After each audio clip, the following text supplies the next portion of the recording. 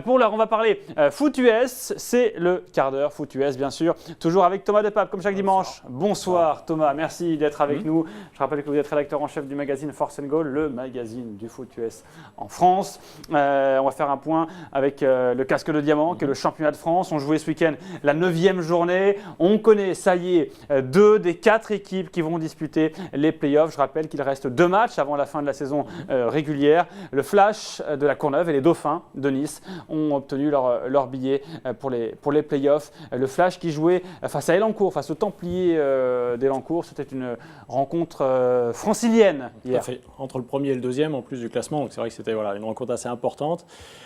C'était une rencontre qui s'est jouée d'ailleurs comme les Dauphins. Ils ont joué tous les deux sous la pluie parce que hier la météo était peu clémente, que ce soit dans le sud ou sur l'île de France. D'ailleurs, on notera que les Dauphins de Nice ont joué face aux Cougars de Saint-Ouen-l'Aumône, alors que le match Nice-Lyon en football hier soir a été reporté à cet après-midi. Je rappelle qu'il y a eu un partout en football. Donc les footballeurs américains, les joueurs de football américains, un peu moins douillés que les footeux. Alors je ne sais pas, j'ai posé la question parce que j'ai vu aussi, et en fait la mairie de Nice avait dit c'est les arbitres qui jugeront.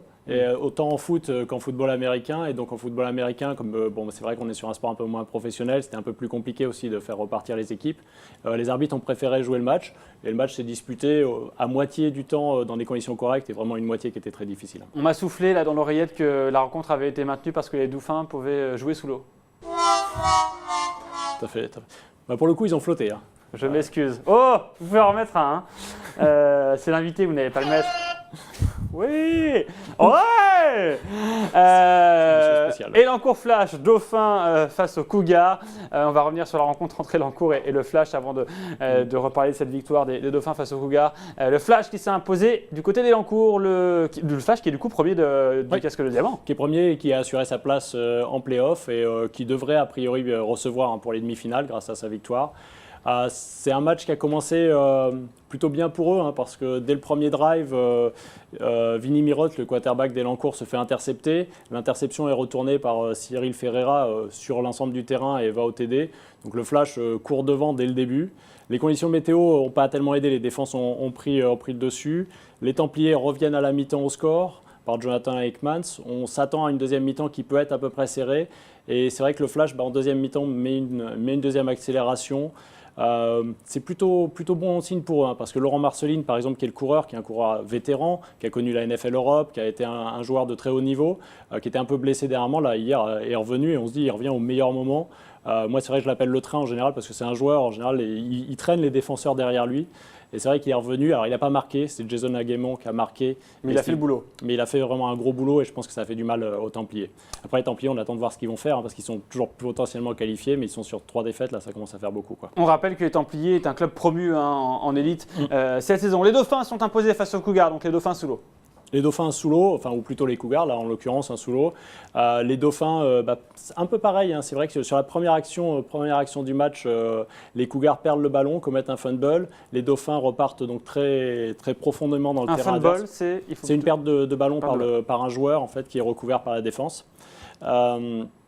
Et les Dauphins partent vraiment bien positionnés sur le terrain, ils marquent, et puis après c'est un jeu de gagne-terrain. Le football américain, c'est beaucoup un jeu de gagne-terrain. C'est-à-dire que c'est vrai que plus vous allez progresser, plus vous allez rendre la balle à l'adversaire loin.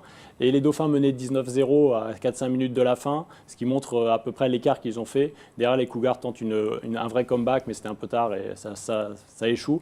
Pour les Cougars, c'est difficile parce que là, à la fin de saison, il n'y a plus vraiment d'espoir des playoffs. Pour les Dauphins, par contre, ils sont contents. Demi-finalistes européens, demi-finalistes en France. Voilà, c'est le premier renseignement du week-end dans cette 9e journée du casque de diamant. On connaît 2 des 4 équipes qui vont disputer les playoffs prochainement. Le Flash de la Courneuve et les Dauphins de Nice. C'est pour les 2 matchs d'hier. Et il y a eu également 2 matchs aujourd'hui avec 2 victoires à l'extérieur. Les Spartiates d'Amiens sont allés s'imposer face aux Centaures de Grenoble. C'était les 2 derniers du classement qui s'affrontaient. Et puis les Black Panthers sont allés battre les Molosses d'Asnières.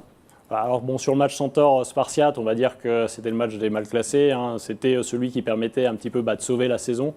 C'est les Spartiates qui l'ont gagné. Les Spartiates et les Centaures sont maintenant dans l'esprit d'aller jouer les barrages, je pense. Donc c'est des équipes qui se préparent plutôt à ne pas descendre. Donc on va dire, bon, le résultat n'est pas anecdotique parce qu'il a été fait avec la manière et il y a eu des beaux jeux. Maintenant, le résultat compte pas forcément pour le haut du tableau. Donc, On rappelle que dans le championnat du casque de diamant, les 2 derniers ne descendent pas en deuxième division, ne descendent pas directement en deuxième division. Il y a des barrages avec les 2 clubs qui montent le championnat de nord et sud, quoi, en fait. Parce qu'en fait, il y a des sortes de poules, une poule nord et une poule sud, même si toutes les équipes sont mélangées dans le classement et donc on rencontre soit le nord, soit le sud, le gagnant de la D2. Et puis les Black Panthers sont allés s'imposer du côté d'Asnières, du côté des Molosses, les Black Panthers de Thonon. Tout à fait. Et là, c'était le gros match. C'était le match qu'on attendait. C'était le match à pas perdre parce que celui qui perdait se retrouvait éjecté de la course aux playoffs. Celui qui gagnait, par contre, rentrait dans les playoffs. Et les Black Panthers ont fait ce qu'il fallait pour y aller. Ils ont été complets. Sur tous les domaines du jeu, ils ont été forts. Ils ont marqué sur équipe spéciale, ils ont marqué en attaque, ils ont marqué en défense. Nathalie Samas, le quarterback des Molosses, a eu une journée difficile. Je tirerais quand même un coup de chapeau à 2-3 joueurs des Black Panthers qui nous impressionnent sur cette saison. C'est Stéphane Neville, par exemple, le rapport américain qui fait 2 interceptions, qui retourne. Stéphane Yepmo, le coureur. Et puis Fabien Ducousso aussi, le centre des Blacks qui tient vraiment la maison. Merci beaucoup Thomas Depape. Je rappelle que vous êtes rédacteur en chef du magazine Force & Goal, le magazine du foot US en France. Je récapitule, 9e journée ce week-end du casque de diamant, le championnat du foot US en France. Les victoires du Flash de la Courneuve, des Dauphins de Nice, des Spartiates d'Amiens et les Black Panthers de Thonon.